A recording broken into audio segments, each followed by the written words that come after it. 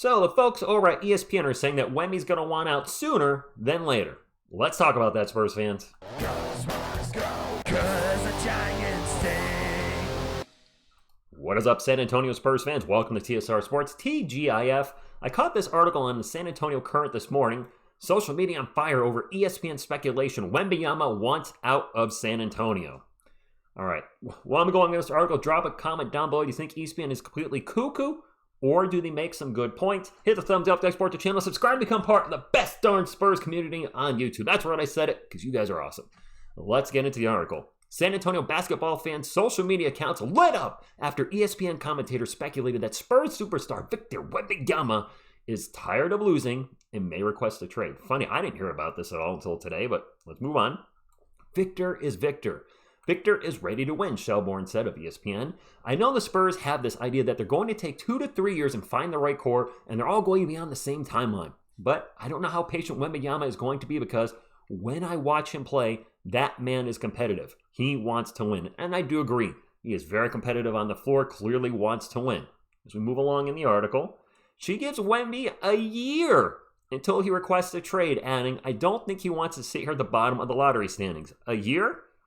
Yeah, he's not going to want to be on a losing team every year. Who does? And I'm sure he's not happy about the fact that he's probably going to be part of the worst San Antonio Spurs team in the history of the Spurs. They're probably not going to get to 20 wins this year. But a year? The man is also smart, and I'm sure he knows rebuilds don't happen in 1 year.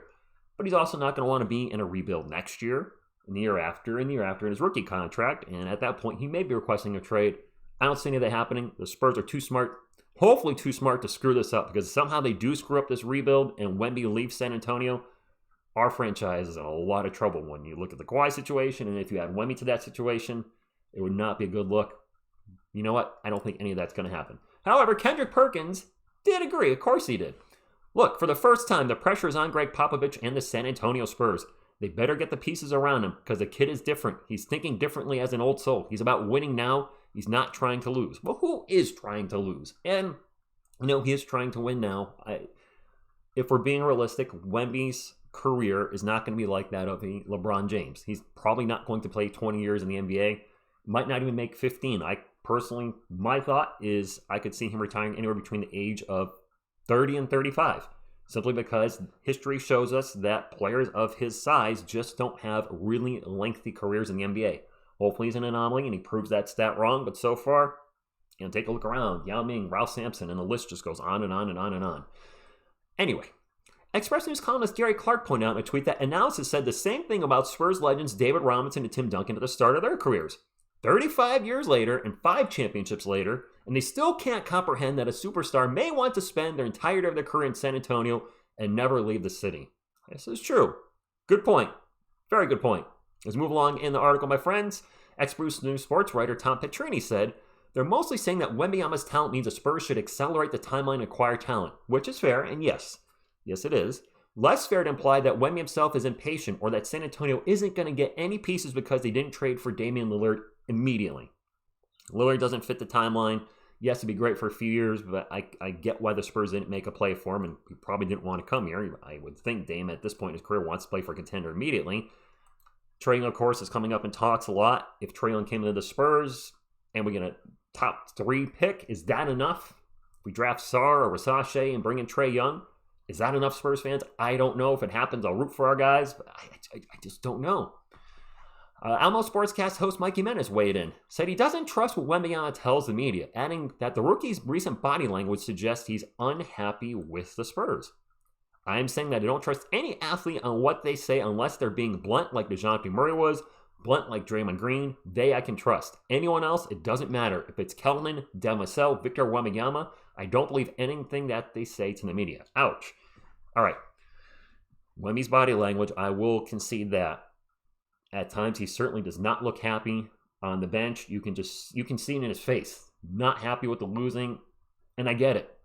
I'm sure this is not what he expected in year one. Probably thought he'd come to the NBA. I don't know if he thought he'd be a playoff team right away. Nobody realistically, I think, looked at our Spurs and said, with this roster, this is a playoff team in year one. But I don't think he expected the team to be this bad, because I know I sure didn't. I said 38 wins before the season started. Looking at how we closed last season, I'm like, you know what? Kelvin continues to develop. Devin continues to develop. Jeremy's been developing. Now we have Victor Wembanyama in there. Sure, he's a teenage rookie. We won, 21 or 22 games last year? It's 38. Seems reasonable. Nope, we're not going to get to half of that. So, yeah, the team is definitely not meeting expectations, I think, for almost anybody. Some people had us, actually, I think Vegas had us at 28 wins. And I remember we as a community were saying, oh, that's crazy. 28 wins, they're better than that. No, they're not. No, they're not.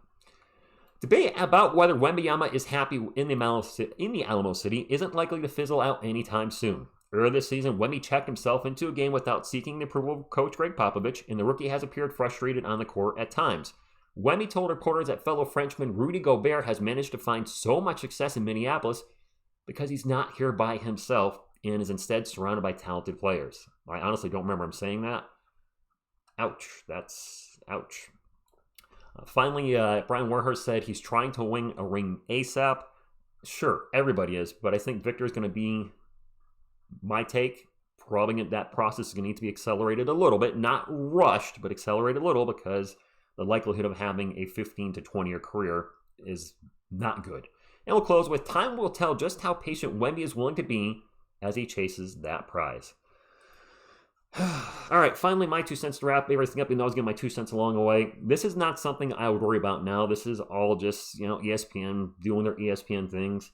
Where I will start to have a concern is if this team is really bad next year and we see Wemby be more and more unhappy on the sideline, he becomes more outspoken, maybe starts talking about how the team's bad. And he has already said, I believe in an interview that, they need some vets on the team. So if he starts having more conversations like that, we need, more stars, more vets. If he's starting to say that on the regular next year, and then we go into year 3 and the team's losing again, then I absolutely can be concerned to no end that he may not want to be here. But this is year 1. It's his rookie year. He was a teenage rookie. It's the youngest team in the NBA, even younger now since we traded our oldest player, Doug McDermott, earlier this season. It's not going to happen this year. And I get he's frustrated. I'm frustrated as a fan and a content creator, and I see the frustration from you guys in the live chats, in the comments in these videos. It doesn't happen overnight. And I know we wanted it to because we've been so lucky with overnight success immediately. David Robinson is drafted. Immediately, a playoff team. Tim Duncan is drafted. Immediately, a playoff team. Asterisk. David Robinson came back from injury, so now you've got a future Hall of Famer and a perennial All-Star and a former defensive player and a former scoring champion. Maybe not quite that same guy at that moment, but still a darn good player joining Tim Duncan. So that team was set to win immediately.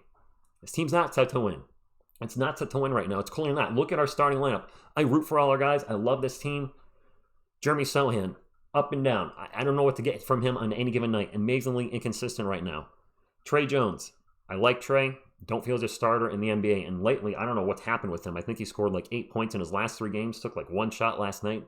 Yes, he's dishing the ball, but at some point, you got to keep the defenses honest and take a few shots here and there.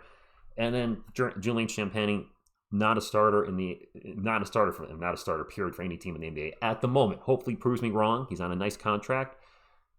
Really, if you look at our starting lineup, Wemby would be a starter on any team in the NBA, and Devin would probably, I got to think he'd be a starter too when he's on. He's just amazing to watch. And after that, there's very little there. And then our bench actually has been playing better lately, Spurs fans. Kellen's been stepping up. Zach's been stepping up. Malachi Branham, the last 3 games over 20 points per game. He seems to have hit a stride. Yes, he had a mistake last night. It is what it is. That being said, he's still playing the best basketball of his career and efforting more on defense.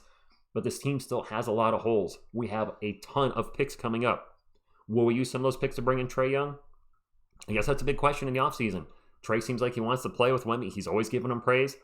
Victor's saying bring in some vets. Well, bringing in an all-star would, well, I don't know if he really put vet on him since he's only been in the NBA for 5 years.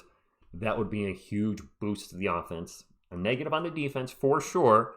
But if we have a good enough core around Trae Young, maybe we can compensate for his defensive woes. So that's all I got, Spurs fans. I wouldn't read too much into this now, but it is something just to keep a little corner of your eye on, more so in some point in year number 2, especially if the Spurs start off just horribly, like they start like 2-8. And that's all I got, my friends. I want to do a video this morning and talk about this because this is a hot topic this week that TSR missed. So thank you all for tuning in. Hope you have a wonderful weekend. Just as a reminder, I will not be live for the Warriors game. Both me and Wemby are on load management, so we won't be doing the Saturday night game, either one of us. Thank you all. As always, go Spurs, go. And